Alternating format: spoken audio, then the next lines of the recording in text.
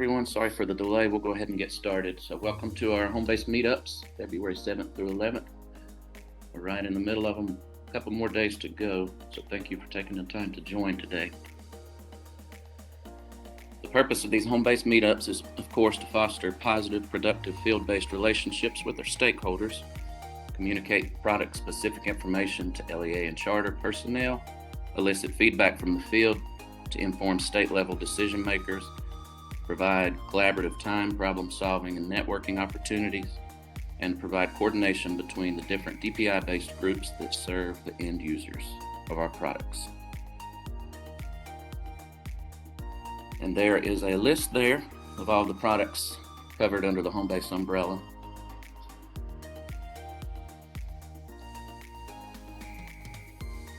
And here's a link to our presentations.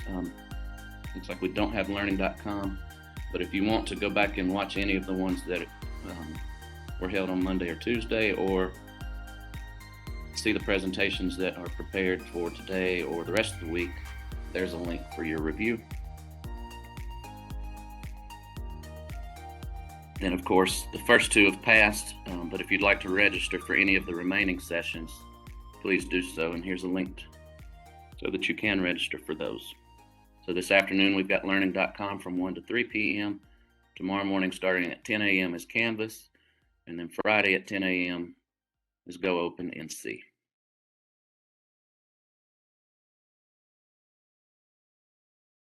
All right, here's our schedule for 2021, 2022. We only have one more left this year.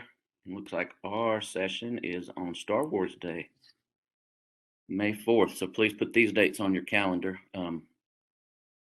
I do want to share that likely our May session for this product specifically will be touching on a lot of important items, especially as we approach the end of the year. We'll be discussing EOY, so please try not to miss that May 4th session. And here's our proposed schedule for next year. You'll notice it's the same structure with NESIS on Monday, SchoolNet Tuesday, and so on. But we are proposing 2 face-to-face sessions. Those will be in September and May. So mark your calendar for those, as those are the proposed dates for our meetups next year. And before we get right into PowerSchool, there are a few product updates for each product that we want to discuss with the whole group or touch on. For PowerSchool, we're going to talk about these items in my presentation, but we've got a new Homebound hospital present code that will be released for use at the beginning of the 22-23 school year. For the maintenance calendar, we've had lots of requests for the maintenance calendar for next year. So I do want to let you guys know that we are hoping to have that out this Friday in the bulletin. So look for that. And then our new coordinator training is scheduled for March 7th through 11th. Is that full, Tessa? How many spots do we have?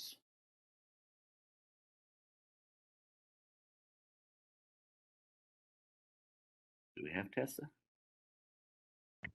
I believe it is. Can you hear me? Oh, yes. Sorry. Yeah, sorry. It is full. Okay. All right, so just a reminder, if you have folks that have registered for that, do not forget, as that class is full. So that's, again, March 7th through 11th. If you're interested in SchoolNet Transcend for the next school year, please contact either Yolanda Wilson or Dr. Dietrich. For Canvas, the classic quiz sunset has been delayed to 6/30/2024. The at-home learning hub for Go Open NC is complete. For NESIS, they've implemented a district administrator central office view-only role so that superintendents can view the staff and staff plans for all staff members. For training, for any of our products, if you do not think you're getting enough training, or if your district has a specific need for additional training for any of the products, feel free to email the home-based team or any of the product managers or team members. Just let us know what your needs are, because we do want to fulfill your training needs. And then just a reminder, social studies standards, those are now available in SchoolNet and Canvas. We're currently working to get those into Go Open NC and to finalize the PowerSchool spreadsheet. So do know those last two items are in development. They're in the works right now. All right, home-based social media. We share this with you each time, but just please be reminded that we are on social media, our team, the division, and all of our products. So look for us out there on any of these outlets. All right, and here is a list of our team members. The home-based manager position is still vacant. We hope to fill that soon. But if you'd like to reach out to any of the product managers or our team members, feel free to click on any of our names and that'll take you straight to our email addresses. And then I will remind you again at the end to provide us with feedback because it's important for us to help us plan moving forward. So there's a link there. If for any reason you have to drop before the end of the session today, please use that link to provide feedback for the portion you were available for. But again, I'll share that link at the very end.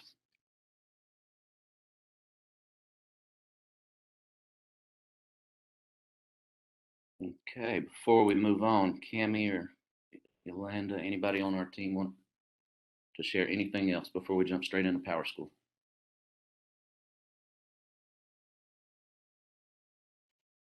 This is Cammie. I'm good, Justin, unless somebody has a question. Thanks. Okay. Here, I'm good. I think I don't know if you mentioned it or not, but I know that we are looking for some districts to volunteer some locations for the future home-based meetups that will be face-to-face. So if any are interested, keep that in your mind and contact me, Yolanda Wilson. I'll put my email address in if you don't have it. And let me know if you're interested in hosting some of our upcoming face-to-face home-based meetup. All right, so here is the bit.ly link for today's presentation. It will be posted and shared out with a recording and an FAQ list. So be reminded this session is being recorded. And I think someone's already dropped this link in the chat. So I'm going to move on. I will share that today's session is likely not going to take up the entire 2 hours. We have just a few updates to give you, but there's not any huge changes that we need to discuss with you. So with us, we've got some folks from the CTE department who's going to cover a couple of slides. Thank you, Nancy, for joining. I'm going to update you guys on the ALOT report as well as the EDI feed. We will discuss the new Homebound code, a new transfer of records process. I need to change that. It's not going to be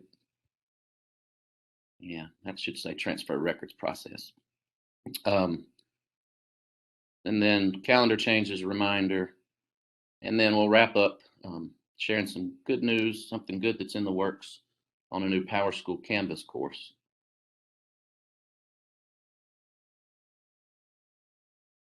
I had to modify this. PSU is going on, so Lorenzo wasn't able to join today. He's in Florida. So our list of panelists and presenters is kind of short, but I'm going to turn it over to Nancy so that she can drop after the CTE portion. Thank you, Justin. Thank you so much for inviting CTE to be a part of your conversation, and good morning, data managers and all folks who are with us this morning. We from CTE just have a few updates and trying to just keep communication lines open and make sure that folks are clear on some of our new pieces. Concentrator calculation report is relatively new. We did have some trouble in the fall and issued a statement for folks not to run that report because we were having to run it internally for districts because of some issues. Luckily, the vendor was able to do some adjustments and clear that up. So our December communication was that you now can run it as needed. And with that, the caveat is you ought to run it every time final grades are stored, because that's when you should see a change. If you run it today and run it tomorrow and you didn't store any final grades in that time, there shouldn't be any difference. But once you store final grades and then you rerun it, you'll see some differences. The biggest glitch we had in December with this run was districts going to a step that we don't do to the end of the year, which is to approve the report. And it's not in the directions to approve it. So just throughout the year, you can run it as often as you would like to.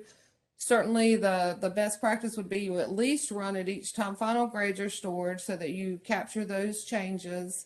And then as always with our pathway calculations, you would do transcript audits at the local level. Typically that's done by CDCs or CIMCs or some combination to verify those pathways. And that leads to the next point, which is that information then feeds over for your work keys list.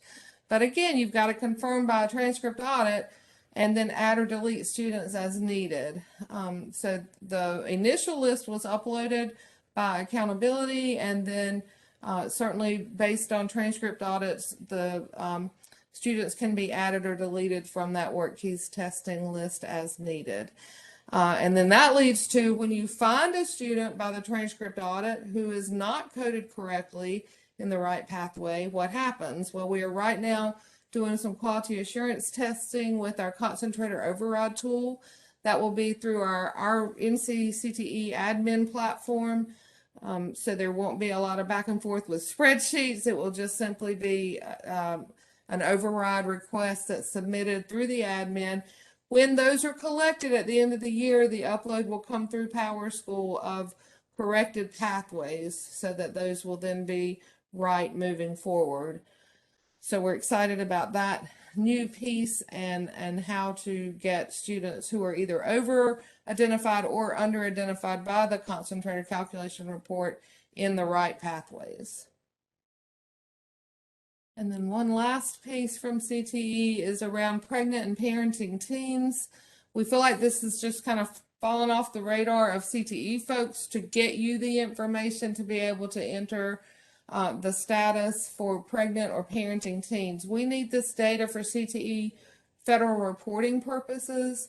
So please work with your CTE folks as students are identified to be pregnant or parenting teens to update that information on the student demographics page. And Justin, I believe that was all that CTE had to share, but we'll be happy to answer any questions if there are any. Okay. I'm not seeing any in the Q&A.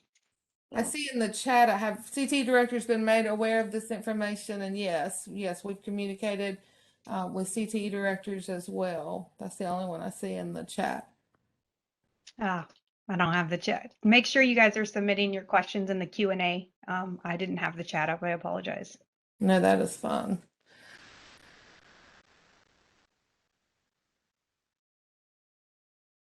Well, thank you so much for the support that CTE gets from data managers and PowerSchool. It's certainly easier to do our work when we all work together. So thank you so much for the support. Thank you for joining, Nancy.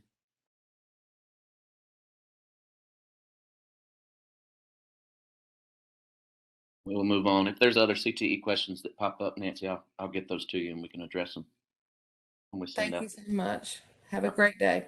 You too. All right, moving on to Eddie. I think we've shared the past couple of times that we've met with you that plans were in the works to fix Eddie so that no longer needed to be disabled. The feed is now set to where it'll never have to be disabled. But what does happen is there's now a switch in Enterprise Controller that allows us to give you the ability to add grade levels in PowerSchool. So while the feed won't stop, these grade level fields are temporarily unlocked so that you can go in and begin adding grade levels for next school year. Reminder though that you still do have to make those changes in Eddie, as we always have, after EOY, but prior to around July 14th. That date is not set in stone yet, but typically we like to give you 2 weeks to make those edits within Eddie. This morning I had a meeting. If you are adding a new school, that still needs, the same process needs to be followed there. And then an issue that's popped up that we're seeing a lot is around the XG grade level. So schools, particularly high schools, that have added the XG -9, you notice you get the entire range. So you're opening up -9, -8, -7, all the way through 12. And we're seeing more and more schools utilize those grade levels that are not approved. So while a high school has 9, 10, 11, 12, -9, we are starting to see high schools enroll third graders, for example. And from what I understand, it was not that big of an issue last week. We had 1 or 2 schools we noticed with a couple of kids, but it looks like it's beginning to snowball, and we're up to 7 PSUs that are doing that.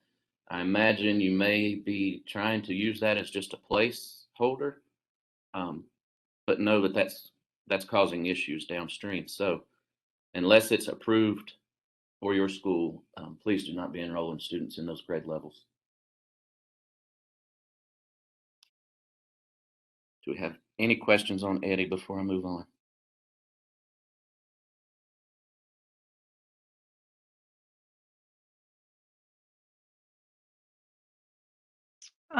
We do have a couple questions.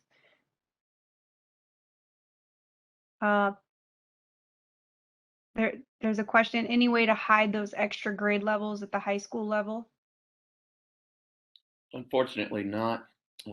We've worked with the customizations team at PowerSchool, and Lorenzo did share with us that when we added this -9, that there would be no way to hide those grade levels in between.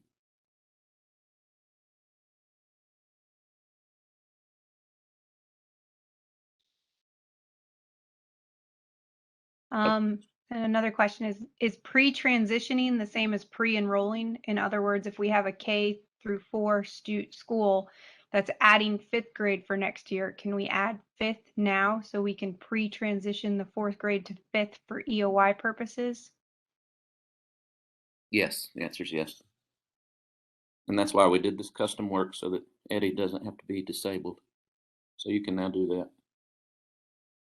We turned that on last Monday. And that was it. We had some duplicate questions about hiding those grade levels. Okay. Now, we do have another question. Instead of -9, can it be 15 or something instead? Listen, when we had our meeting this morning, I told them, I mean, we're seeing more and more issues pop up around this. But what I'm going to tell you all is that decision was made before I got here.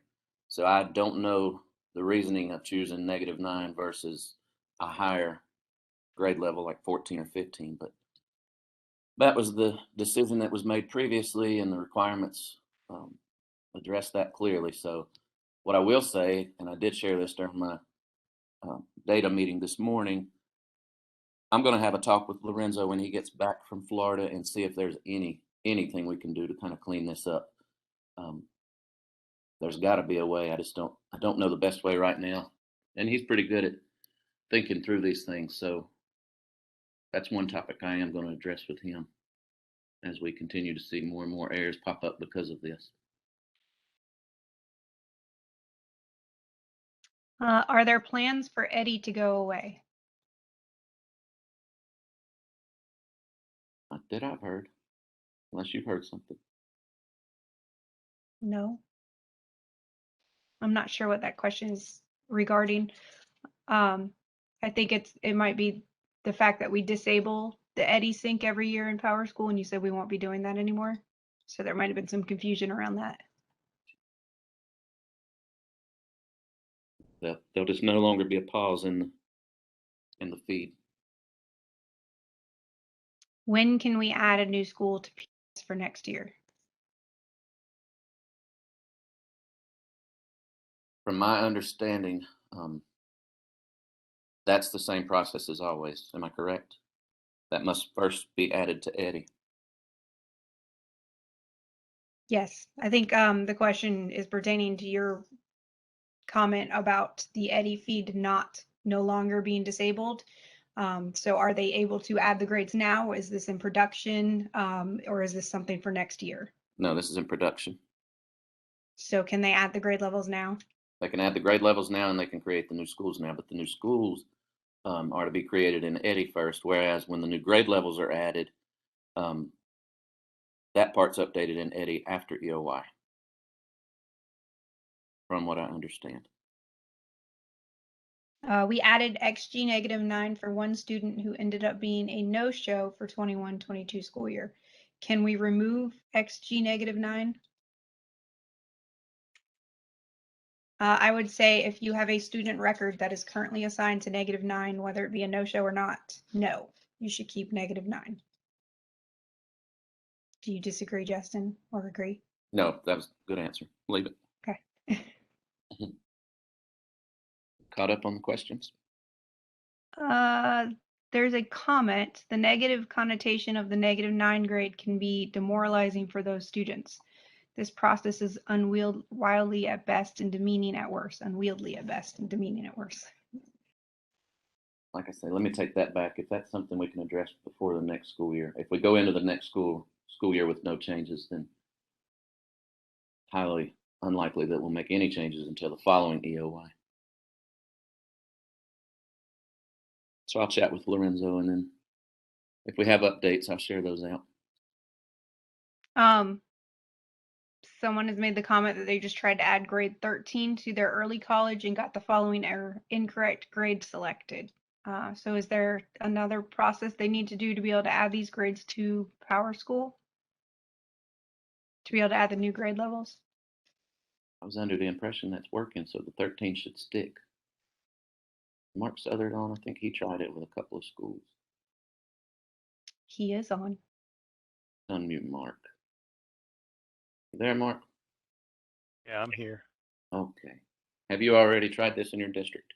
No, I did not. That's why I asked the question about adding the 5th grade. So the response was we should be able to add it to PowerSchool, but we don't add it to EDI. Is that correct? Yeah, I was told that you weren't going to have to add it to EDI until after EOY. Okay. No, I haven't tried it yet to add it to PowerSchool. I can try, but If that truly, I thought maybe you had already done it. no. But if that's not working, then we do need to put in a ticket, because that was supposed to, while it went out last week, I wasn't sure if we'd had any PSUs attempt to do that yet. I'll give it a try and let you know. Thank you, sir. Jump on to the next topic. There is a new homebound hospitalization attendance code that's going to be pushed out as part of the EOI process. This was a request from the EC folks. So together we worked to make this happen. It's going to be a 1S code. It'll be a present code that'll be pushed out. I don't think the communication has went out yet, but there is a communication that we've all been working on that's going to explain more. But in order to use this code, students must be receiving services outside of the school setting, and those must be documented in a homebound plan, 504, or an IEP. I believe that message, Yolanda, is that not set to go out this Friday? When I looked at it last night, there were still some comments that I think may needed to be answered or cleared up. Yes, it hasn't been cleared for me to send it, but I do believe they are expected to send it in the bulletin this Friday. One thing I asked also while we're on this topic, I asked Rob for clarification. I got a question last week about PEBT, and for the homebound students who are working remotely, are those students to be coded as 1R, or are they just considered homebound as they always have been, and they aren't eligible for the PEBT?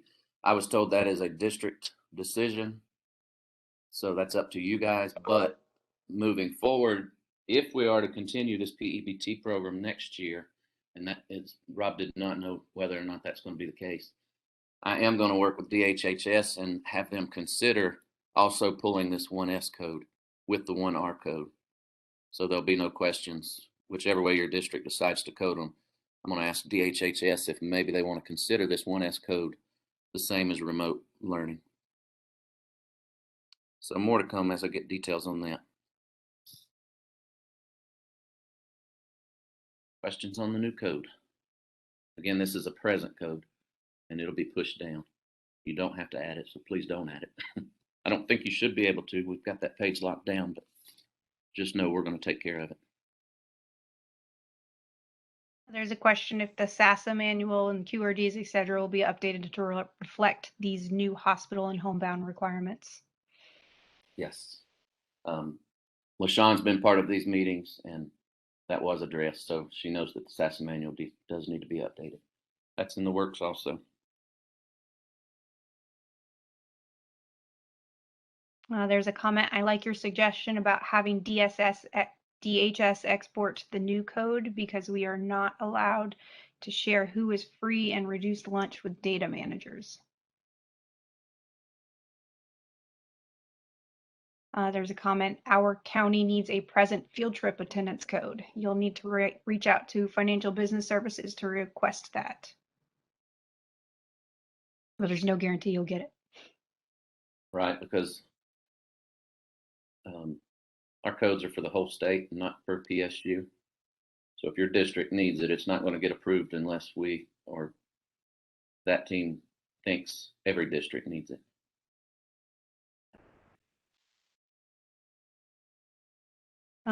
So we code them 1S to comply with HB rules, or do we use 1R to comply with PEBT? I can answer that. You're to use 1S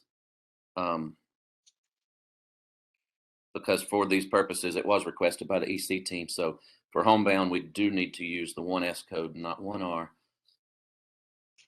don't know why my Outlook popped up all of a sudden. But what I'm going to try to do is explain the importance to the DHHS team so that they can decide if they want to pull that. And a lot more information is set to come out about this before the code goes into production next year. Yeah, this is just one item that's near completion, so we felt like we could go ahead and share it with you before the communication comes out. Can 1M be used in this instance during the school year? What is 1M? I want to say that's the medically fragile. Okay. Yolanda, correct me if I'm wrong, but I think that specific question is being covered in the communication. I believe I saw the medically fragile statement. Okay, I will have to go back and pull it up and make sure. I'll Okay. check on that.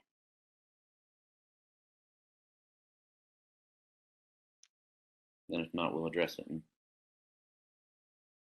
I think they're asking if they should be using 1M this year in the instance that you're referring to for the homebound hospitalization. Gotcha. Yeah, that's definitely in the message, I think. If not, we'll talk to that team and see if they want to put that in the message that's going out. It tells what they can be using now and how they should differentiate those next year. We're getting a lot of questions on attendance codes. I would say reach out to the financial business team. If somebody could grab that email and drop it in the chat for them to reach out to. But that's where you would want to direct your questions regarding anything that's in the SASA manual, what codes to use, how to code students with attendance codes and stuff like that. And yes, 1M is being addressed in the homebound. At least we're discussing it in this message.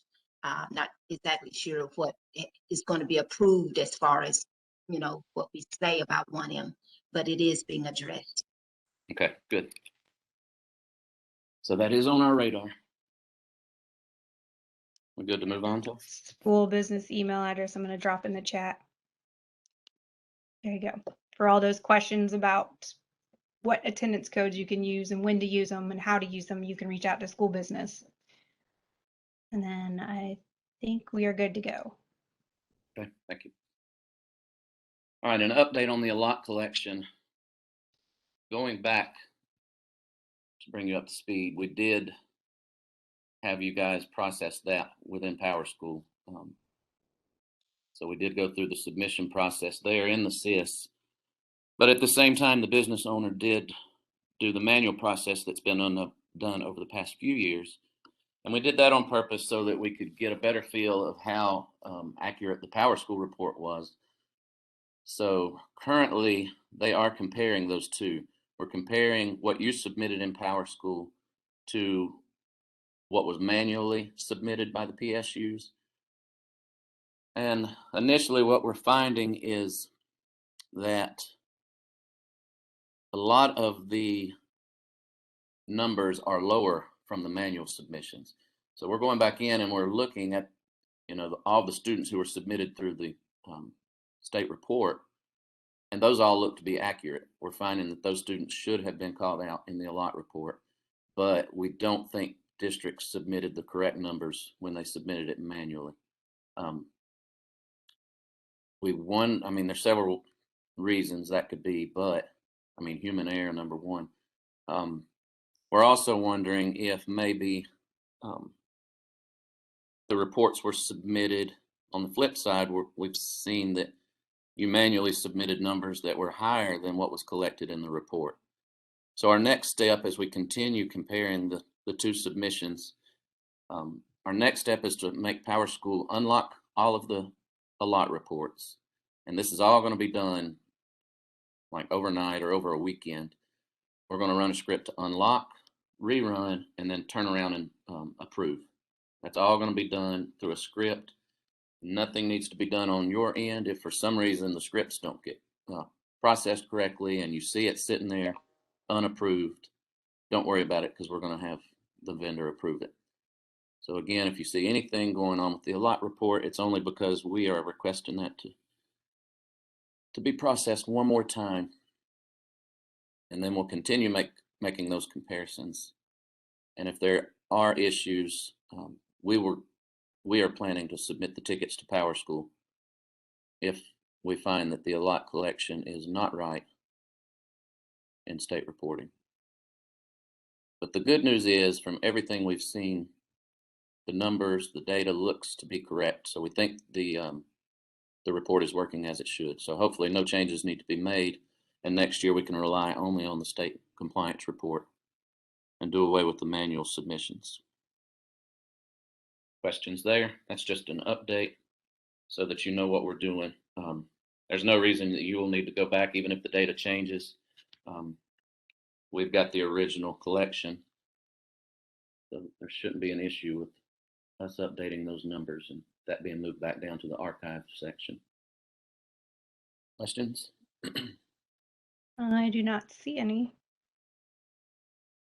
All right, good. Let's get to the good stuff. We have shared this. What I'm about to share with you has been shared with our PowerSchool user board, the pub group. It's also been shared with home-based advisory team.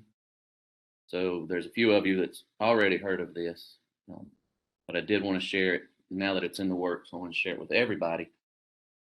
Since the beginning of PowerSchool, we've continued to go through year by year, facing the same issue of losing student records because there's not a clean process. And this came up in a meeting, and I thought there's got to be something we can do to fix this issue because of everything it impacts. So I pulled Lorenzo and our team together, and we've come up with this process, and we truly think it's the best way to go about this, and it will clear up the lost records problem that we've faced since 2013, 14. So we'll walk through this, and then I do want to stop and answer questions and get any feedback, as this is just now in the beginning stages. We are planning to have this complete by EOI, so you'll have this new process in place as we go into the 22-23 school year.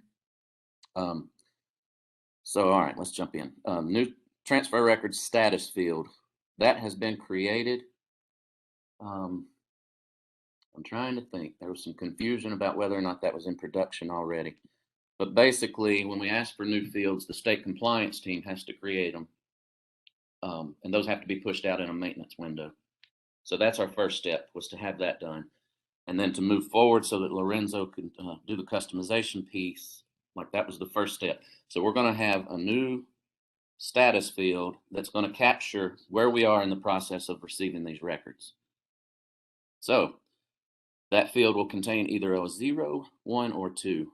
The 0 is going to be if the record's transferred successfully. You click the button, they all came in, good to go. The kid's got a 0 in that field. If for some reason the process was not run, it's going to default to 1. So if a data manager never clicks the button, a 1 is going to populate in that status field. And then we'll walk through in a second of what these codes are going to mean as we continue through the process. But a 2 is flat out, I tried, but for whatever reason, the records didn't come over. A 2 status is going to indicate that the transfer process was run, but it failed for the following reasons. Either there were no records to transfer because they weren't transferred in by the previous PSU, or the ETS server is unavailable, or the previous PSU has not transferred the kit out. So that's why you'll get the 2. Moving on to the next slide.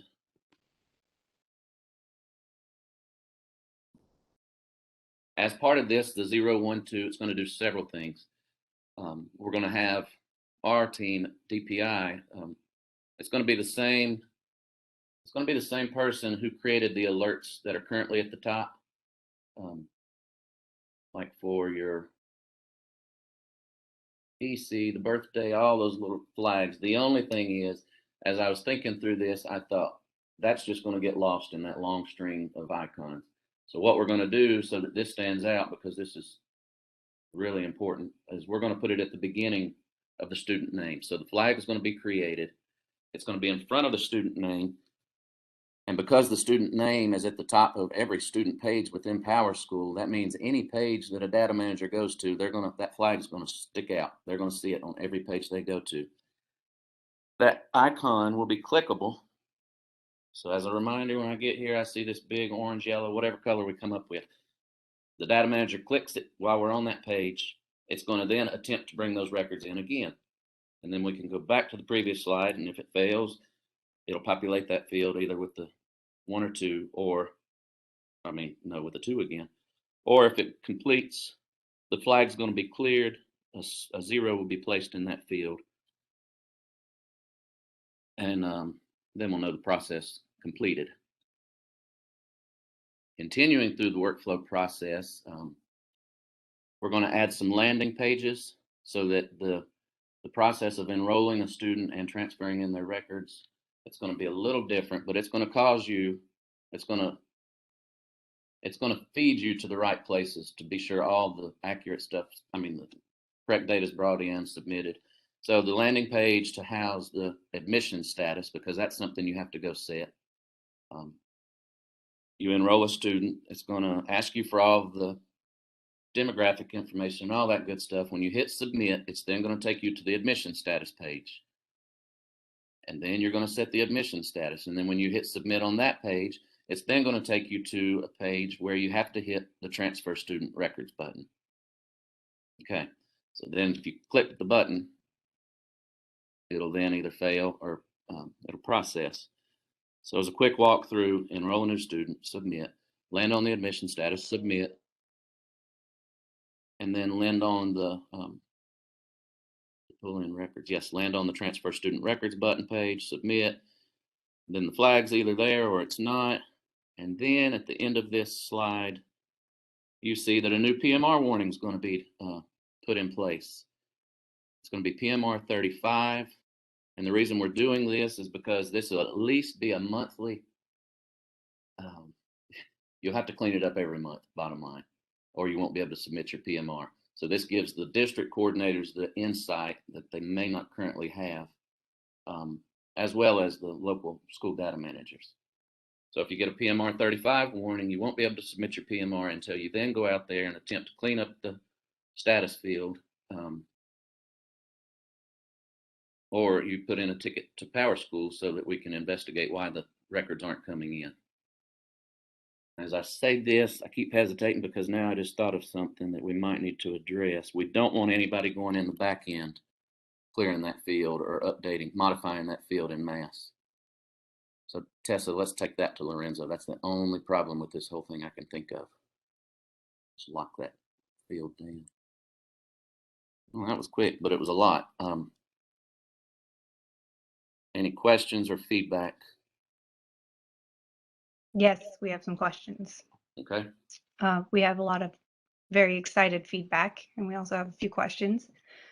The transfer process, will this be a searchable field, and will we be able to update via DEM? I think you kind of just answered that. So yes, and hopefully no. When will this new transfer process be implemented so we can share information with data managers? This is going in during EOI, hopefully, if we can get it built out and pass QA. But according to Lorenzo, this is not going to be very hard. It's just creating that flag and the new landing pages. And what I might do, let's see, our next meetup's in May, and I'm trying to get Lorenzo on site in March. And this is one of the items I wanted him to have complete before he leaves Raleigh when he's on site. So what we can do is do a demo of this and have it recorded at our next meetup. And you can take that recording and share it out with your data managers. What happens if the error is something that comes from the previous PSU not transferring records previously? Did I put that anywhere in here? Let's see. I don't think I addressed this in this slide, but bottom line, you're not going to be able to transfer a student out. So to answer your question, we're going to deal with these issues as we immediately turn this on.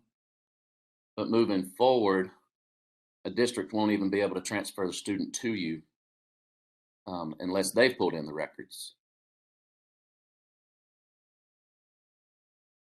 So Lorenzo's going to fix it to where they can't even transfer out a student with this flag.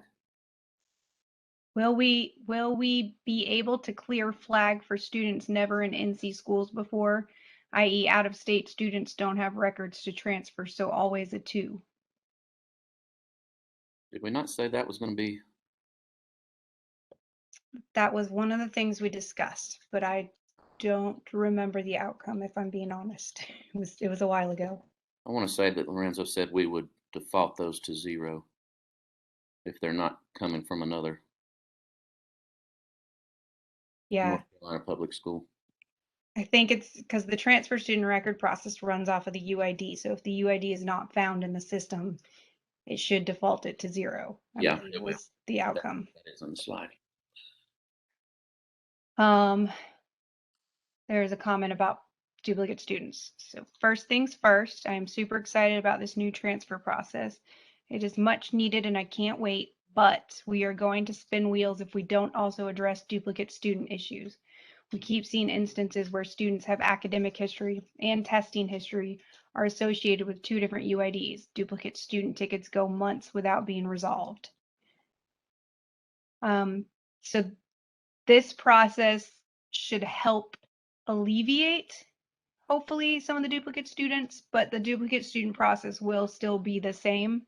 And many times you don't even find out about a duplicate student until you hit that transfer student record button, and the records either don't come over or you get old records. So transfer student record process helps with finding those duplicates as well.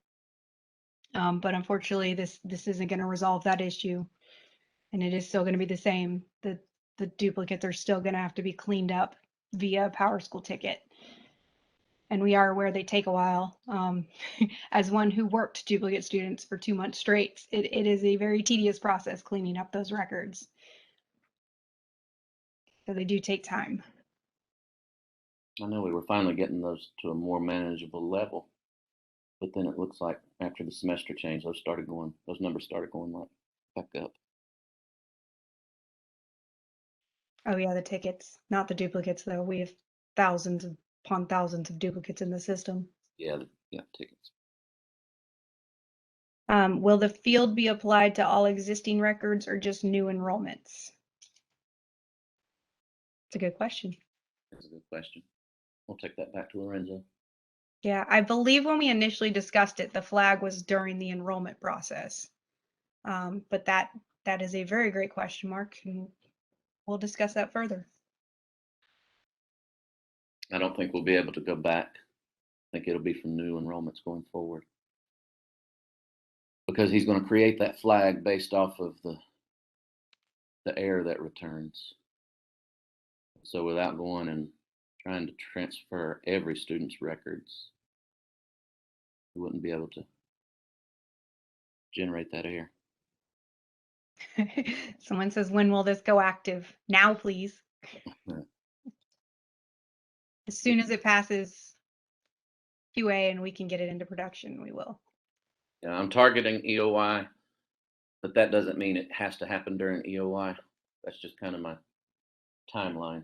But there's no reason why if we get this through QA and then give you guys time to educate your data managers, maybe we can get it out sooner.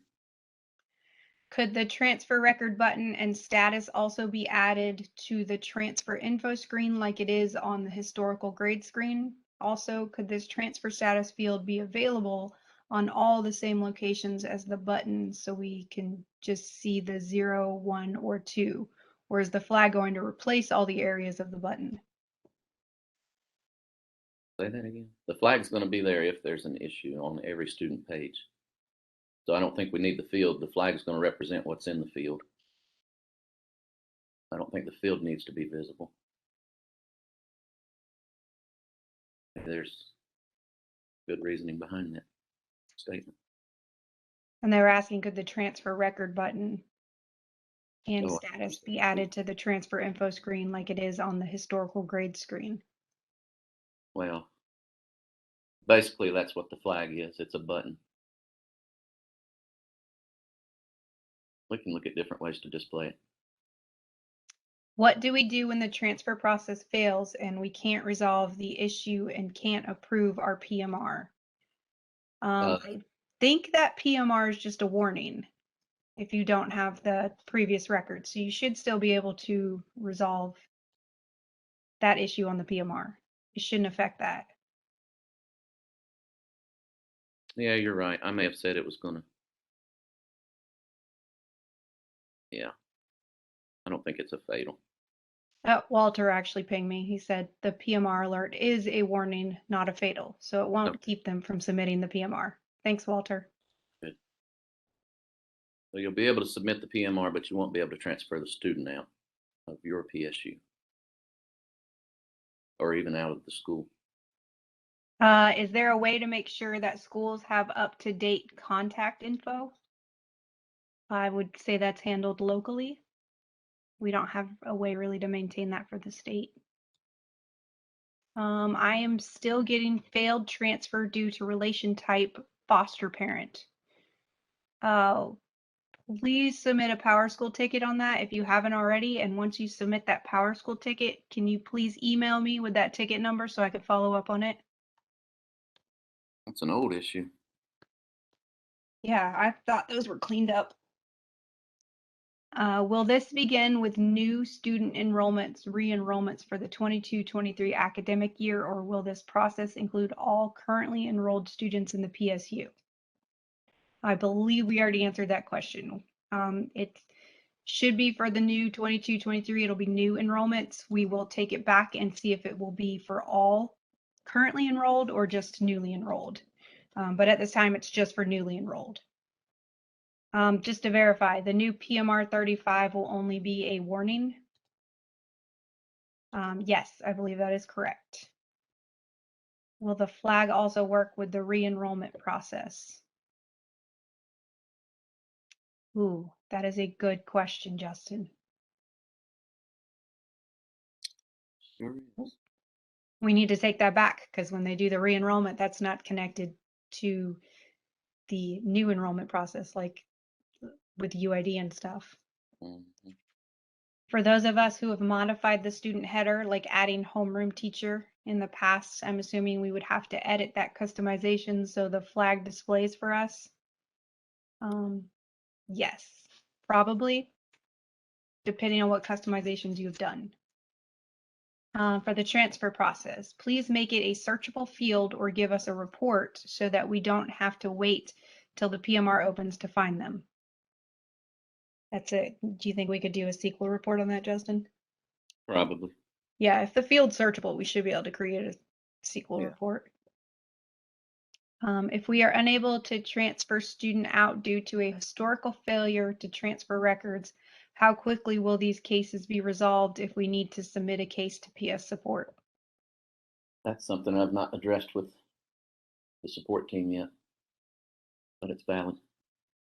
We'll be sure they know how to prioritize those since it's keeping students from being enrolled elsewhere. It looks like we're caught up on questions. Good. All right, this message went out last week, but I did want to put it back in front of you today. Just a reminder for you guys who are having to make calendar changes due to the recent weather closures. There is a process you must follow, and I've linked the QRD there in that second bullet. So just be sure if you do have to make calendar changes, you're following that QRD step by step. And then also, if a semester start or end date is impacted, then PowerSchool support needs to be notified. So put in a ticket if the start and end dates change for the semester or the year. Anything to add there, Tessa? I know you've been part of that process for a while. No, the QRD that's linked there should have step-by-step process, including when to contact PowerSchool support if you need to. So I would just say make sure you follow that, and you may not need to take all of the steps in the calendar change document. So you may just need to skip around to some of them. Just note that's based on whatever changes you need to make. All right. And then wrapping up our last bit of good news. I kind of wanted to go through this with you today, but Russell's out, and Russell's done a lot of the work in this new Canvas course that we're putting together. It's going to be a great tool, a guide with documents within Canvas. So each of our products are actually working on this. So there's a SchoolNet Canvas course, a Canvas course. And so we're working on a PowerSchool Canvas course. And just to tell you a little bit about it, we've got it broken down, and a lot of you already have this in your district.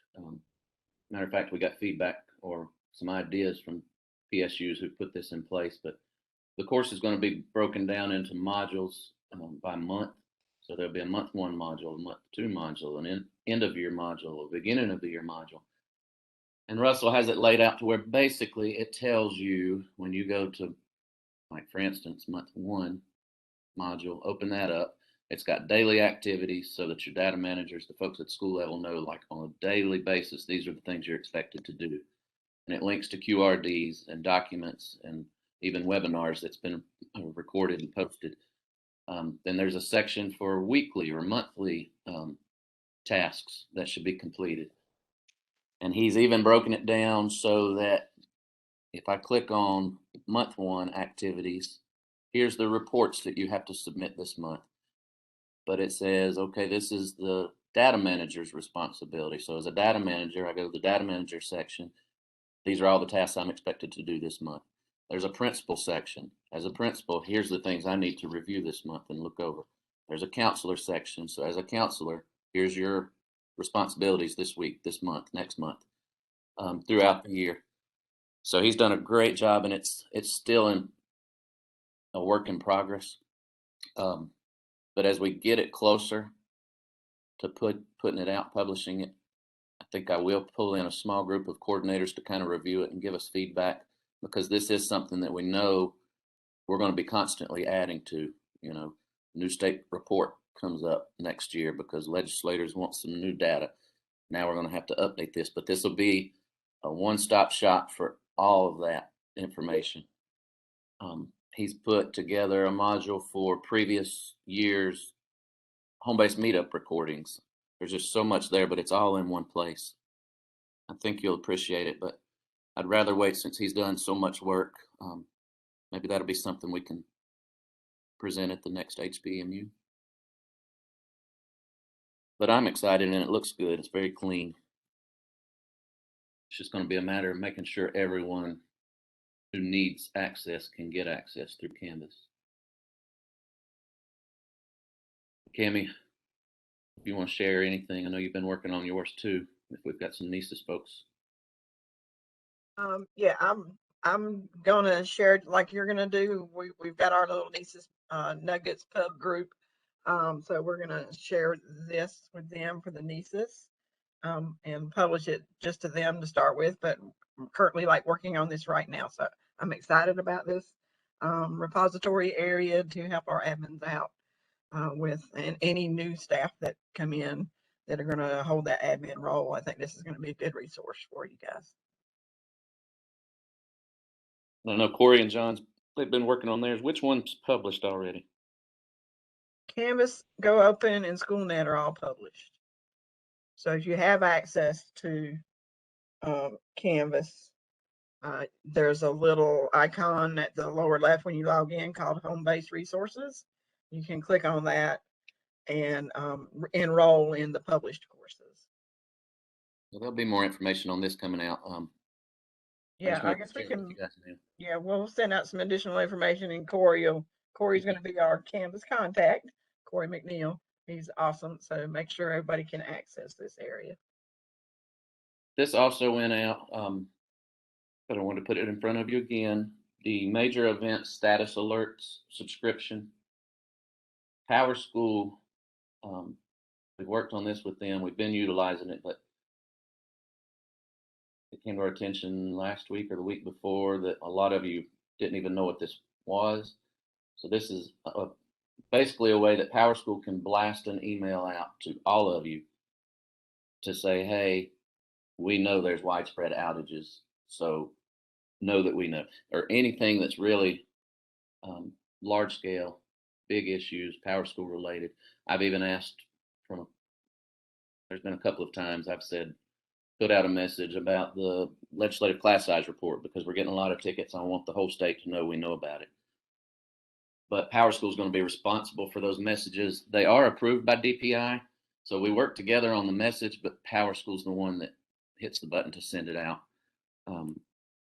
So if you've not already subscribed to that, there's a link for you to subscribe. And then we'll pass this off. Do know that when you hit submit, that's just submitting the information to us. So the form, it's a Google form. You submit your email address. That doesn't mean that you've automatically been subscribed. We then have to take that document and give it off to PowerSchool so that they can import it into their system. So it won't be immediate, but it'll be within a couple of days.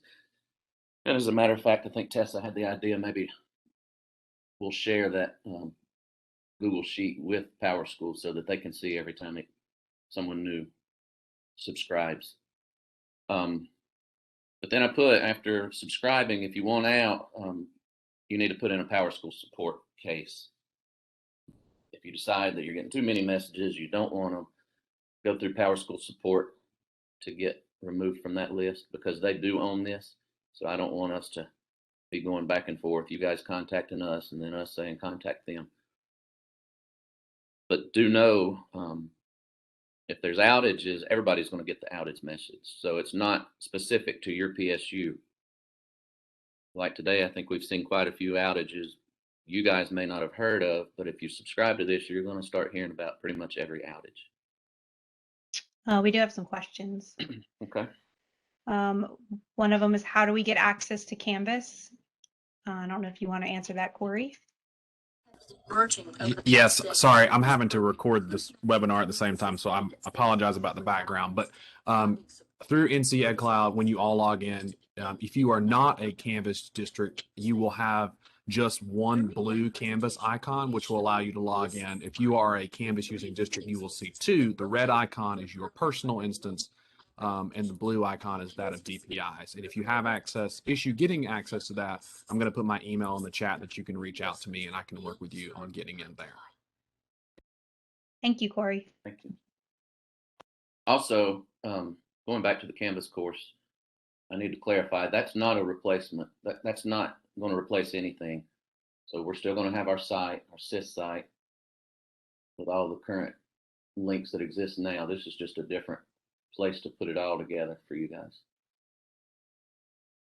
Is there an update on the unofficial LCS report? I have a ticket submitted and am told it is a known issue that no data returned when these are ran. I do not have an update. Transfer student records, new process follow-up for request. PSUs will be dealing with hundreds or thousands of historical failure to transfer records for various reasons for all currently enrolled students. Legally, we cannot delay enrollments or withdrawals as it will negatively impact students and PSUs. Is there a report that can be run now to know students who have not had their records transferred or failures to get ahead of potential issues for summer enrollment and withdrawals? I believe you can run your PMR, and I think there is a warning on it if they don't have, feel free to correct me if I'm wrong, Walt, but if they don't have their previous enrollment records, and you should be able to run your PMR at any time. But we are going to look into getting a SQL report for this as well once this is implemented, but currently this is not implemented.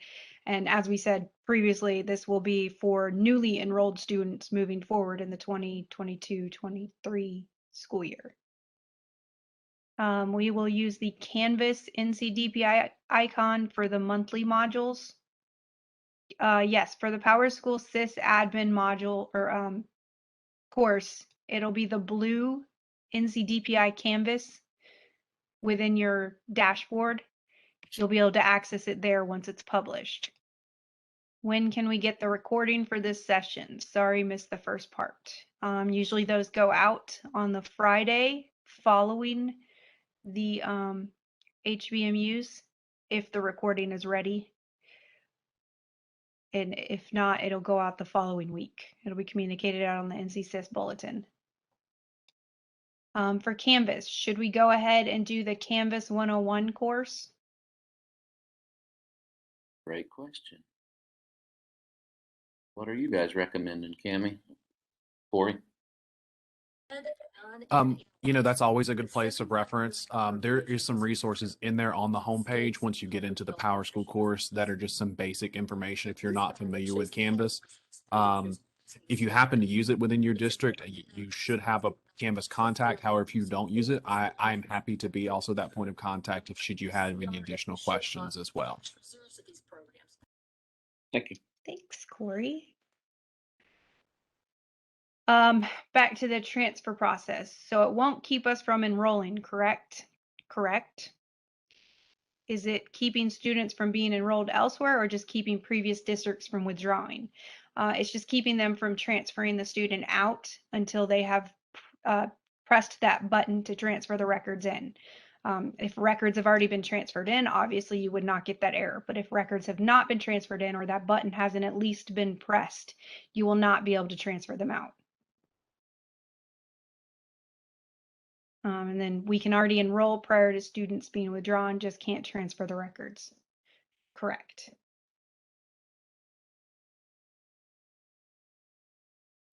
If we do not have access to the Canvas NCDPI icon, who do we contact? You will contact Corey McNeil, and I believe he placed his email address in the chat. Yeah, and it's in our slide deck. Yeah. And Corey says, if you have a UID, he can get you into the blue Canvas instance. You just need to contact him. And I know that Justin may have said this, and that course is not currently published. So just because I will get you access doesn't necessarily mean you're going to be in that course just yet. I would look to them to see when we're ready to roll out that course, but I can certainly go ahead and get you access to the platform. Yeah. As I said, knowing that it's going to be a work in progress, I feel I feel like we can release the PowerSchool in pretty soon, but just know we'll probably continue adding to it even after it's published. I do want to review it with a small group before we publish it. That is all I had. Tessa, as you're checking for more questions, I do want to encourage everyone to please leave feedback. Click the link at the bottom of this screen. Take a couple of minutes, provide us with feedback. You guys are free to drop unless you've got questions that weren't answered, and I look forward to meeting you again May 4th. There is a question about the contacts update. There is no longer a field to check to mark a parent deceased. Is there a best recommendation as to how schools should enter this data or information other than making the parent contact inactive? Previously, this field was on the demographic screen for students and is no longer available in PS. Any updates on this? Yes, actually, that did come up, and I've addressed that with Lorenzo. We are going to get that added back. We don't know where, but that's going to come back. And even if we have to create a new field and move the existing records from the current field over to the new one, we'll do that work for you. So that's still there. It's just hidden. You don't have access to see it on the screen, but the data's still available. That's something that we can do pretty quick.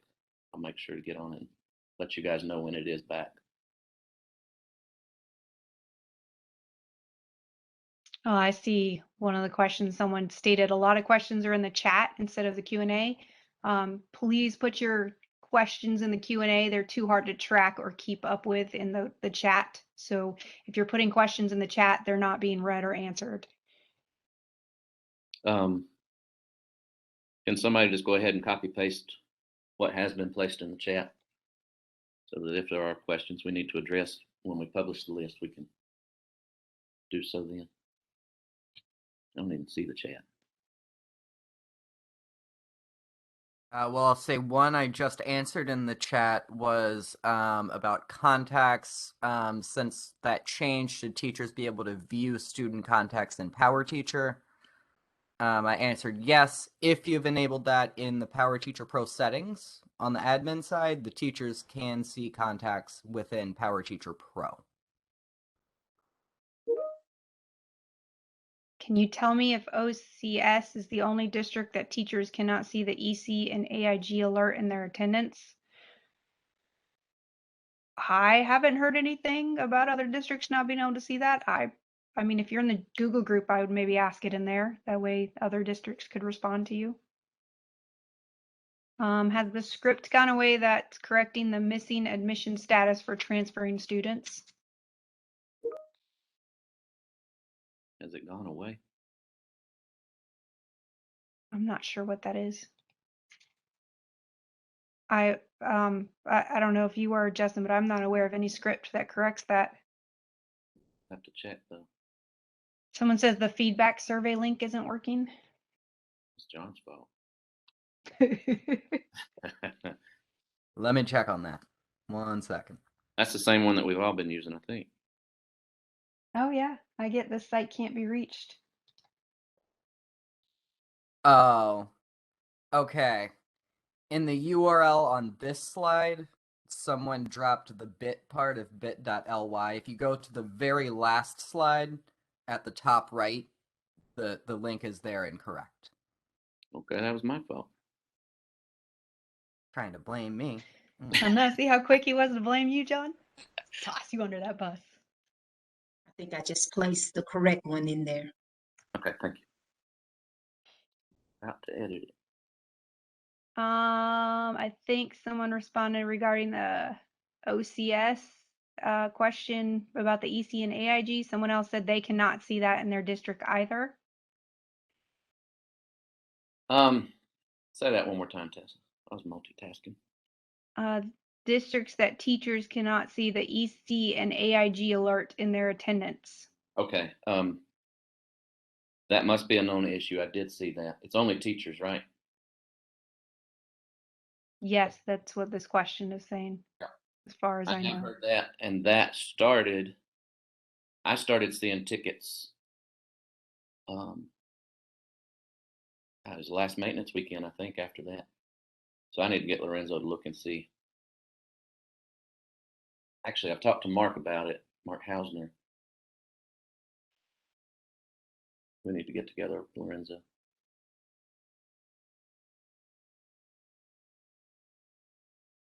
For privacy purposes, as a procedure in our LEA, we didn't use a quarantine code, but coded students 1A for COVID. It is a lot of work to pivot when the state randomly chooses which codes to use for PEBT. Could they have some discussion with us in the field before deciding things like this, please?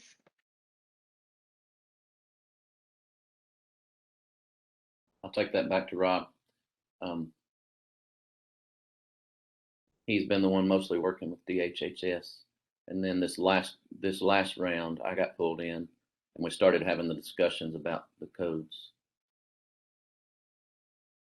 I'll take that back to him, make sure that we're addressing it properly. Is the teacher incident referral feature currently working in PowerSchool? As far as I know, John, do you remember if anything was changed with that? That should be enabled, right? I'm sorry, what was the question? The teacher incident referral feature, is it working in PowerSchool? As far as I know, yes, but Yeah. the PSU has to enable it, right? That was a local choice, I think. Yeah, I think so.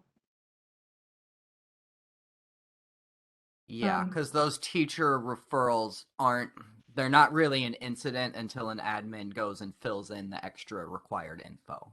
So. Yep, and if you don't know how to enable it or you want more information, use your system help in the upper right-hand corner of your PowerSchool instance under the question mark. Go to system help and type in teacher incident referral, and that should pull up a page for information on that. In PT Pro, should teachers be able to see the EC and EL flags? I am not sure about the EC and EL flags. We continue to get the PMR error that admission status is missing. Let me take that to LaShawn and Ben. Oh, John answered the previous one about the PT Pro. Should teachers be able to see the EC and EL flags? He says PT Pro, no flags. Our teacher portal flags. So they should see it in the portal, but not in the grade book.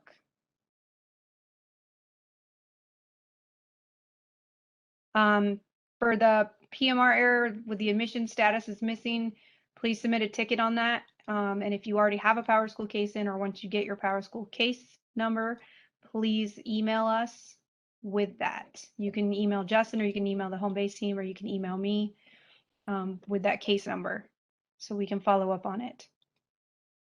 We are having an issue with the FTEs not pulling in for extended lengths of time. I would need a little more information on that. I'm not sure Yeah, but we need that in a what that ticket. is. Yeah. And if there is one, like Tessa said, share that with us so that we can escalate it. And for these one-off support issues, the same is true for all. If you're submitting questions about something that you've already submitted a case on, just send us the number or drop it in the chat here. Case number. There's a question about PowerScheduler training and workshops.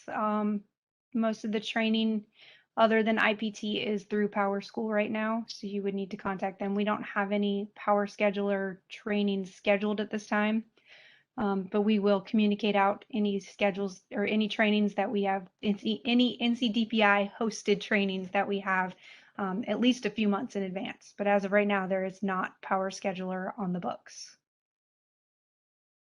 Let's email that one to the home base team. I know that's something we used to do, but since Rob in the opening slides did want us to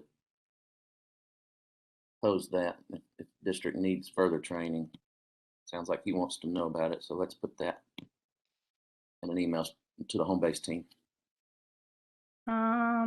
There used to be a script that ran nightly to pull the admission status in.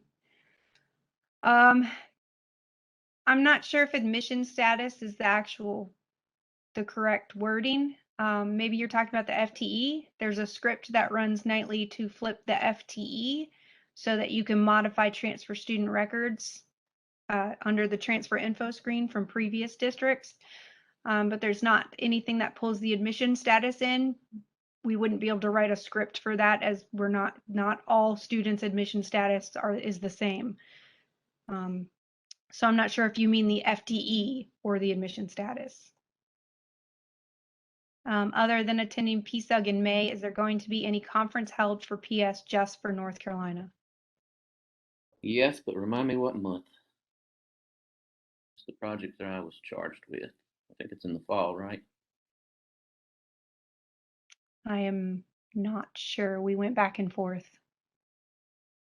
Yeah, we are going to Okay. schedule one. Pretty sure it's in the fall. November. Pretty much cover it. Wasn't there something in the last upgrade notes about being able to copy years and terms from one year to the next? Where is this option? The answer is yes, but right off, I don't know where that is. I would say refer to your system help in your PowerSchool. I believe that option is core, so you should be able to find it. And I want to say we covered that at either the last home-based meetup or the one before, so I would check that. The link to those slide decks. Any thoughts about a summer conference? Not this year. Yeah, summer is actually super busy for us.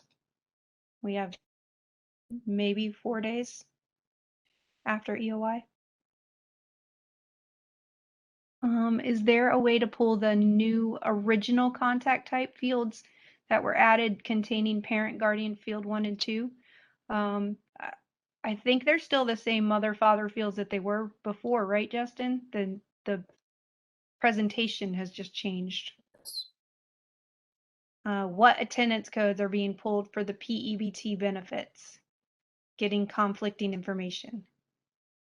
I believe it's just the 1R. Is FTE script still running? As far as we know. If you're having issues with it, I'd put in a PowerSchool ticket. So the question about the admission status, it is for the FTE that is missing for a transfer student. I will clarify, the script I was referring to does not actually fill in the actual FTE for that student. This script is only to flip it for previous re-enrollment records for the student so that you can go modify them. This would not be a error on your PMR. If you're getting an error on your PMR for an FTE or an admission status missing and you have gone to the student and updated this information and are still getting that error, then you need to put in a ticket to PowerSchool. There's not a script for either of those. And John did say, be sure you have years and terms set up in your DPI FTE school. That can sometimes cause this symptom. I do see more comments about Power Scheduler training. Unfortunately, with one of the newer contracts, the most recent contract we had with PowerSchool, training and support went to them, the vendor. So the IPT certification and requirement was included in that contract, but the training is now through PowerSchool. So most of it is handled by PowerSchool trainers, but we will look into getting some power scheduling training scheduled or on the books. If not for this year, then for next year. I do see a lot of comments about the FTE script does not appear to be working, Justin. So you might want to check with Lorenzo or Trent on that. Okay. I think it should be running nightly. Will there be any NC specific meetings or trainings at PSUG at Myrtle Beach? We, as far as DPI staff, will not be leading any sessions at PSUG. If that changes, I'll let you know. But as of now, we're not scheduled to attend. Why do attributes have to be manually entered on each section of each course? Not sure what you mean. It could be different for each section, correct? Yes, I do believe there is a way to enter these in mass in DEM. I think Rob knows how to do it though. Unless you do, John. I can't remember. Oh, yes, I did figure that out one time. It was kind of a pain, but it can be done. My advice would be to fill in a couple of sections and then export from that table, and kind of see what you can find. But there are fields out there that correspond to each of those attributes. But I think the question is also asking why they need to be entered. There are some, isn't it? There's going to be some state and federal reports that are going to be pulling the data from these attributes. So they do still need to be updated. Yep, Right, Justin? Okay. correct. Yeah, we were involved in a conversation last week that was one of those, aha, we knew there was a reason we told them to continue using those, entering those. But more information on that's coming later. Walter, would you like to unmute and answer some of the questions that you've been messaging me about? I believe Walt said something about the FTE script. He said the FTE script won't work if you don't set up the DPI FTE school correctly, which is where you need to make sure that you have years and terms set up in the DPI FTE school all the way back to 2000, or at least for the year of the record you're trying to change. But it should be set up all the way back to 2000. If you don't have those set up, then the script won't work. You also have to set up an FTE for each year. Oh yeah, and set the FTE.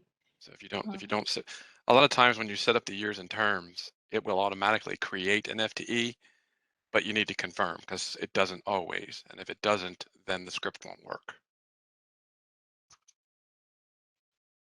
And then Walter says he has a document for updating fields in mass on sections for those course attributes, which I will get from him and update if it needs to be and post, and we'll share that out.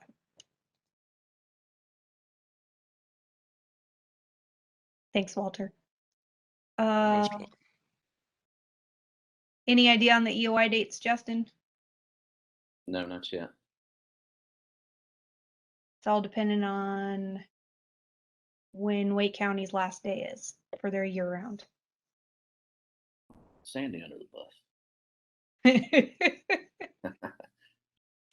Someone commented, thought it was supposed to pull 1R and 1D for PEBT. John, do you remember if it's pulling 1R and 1D or just 1R?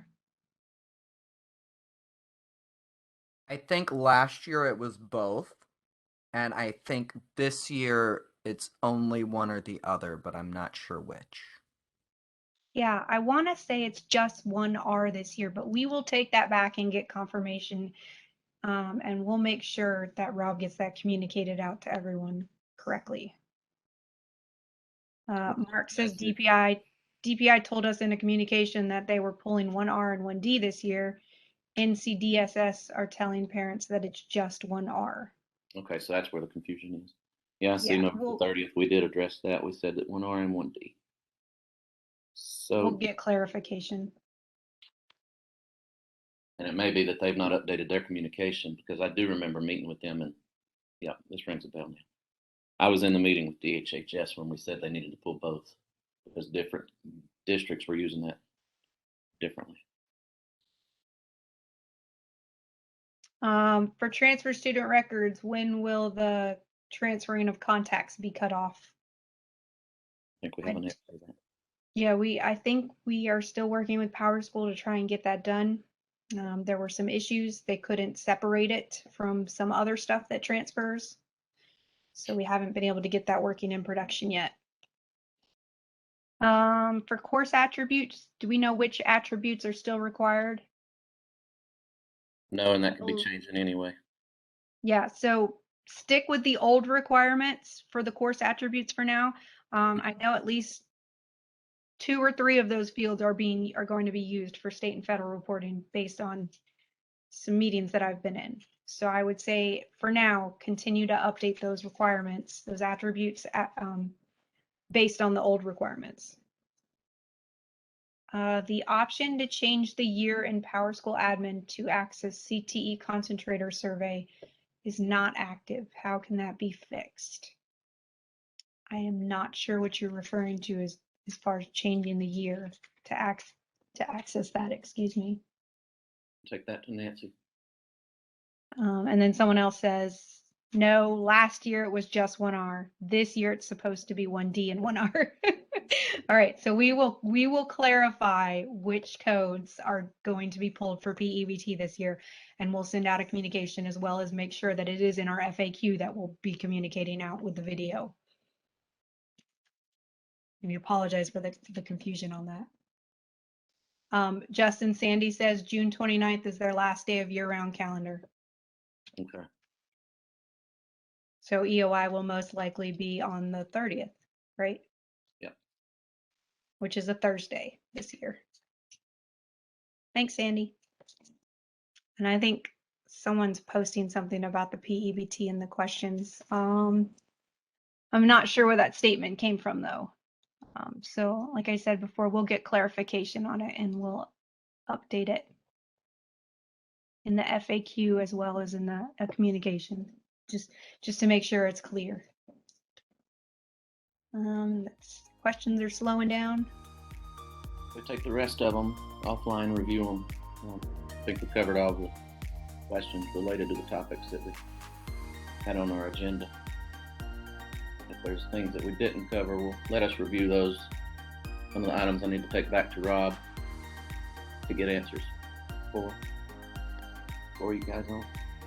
Okay. DPI folks, thank you for hanging out and helping today, and for everybody else, thanks for joining. Thank you all. Have a good afternoon. Thanks everyone. Have a good one. Y'all have a good day.